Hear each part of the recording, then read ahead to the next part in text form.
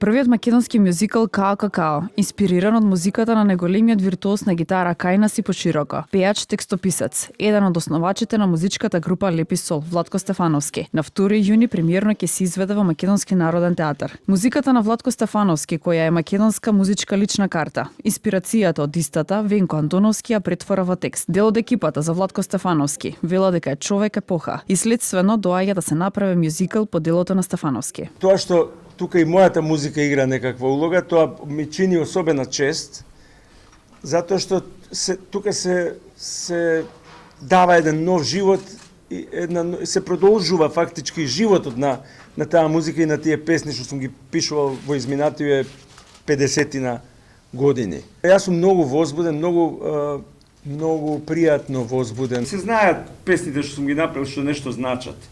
Сум направил многу, ама тие веројатно ќе значат после некој време.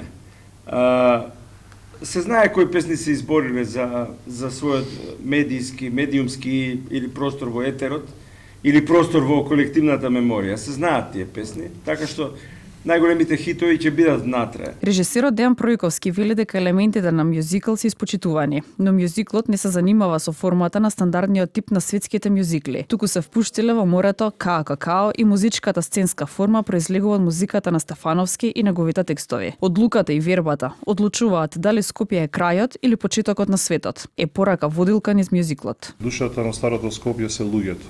И мислам дека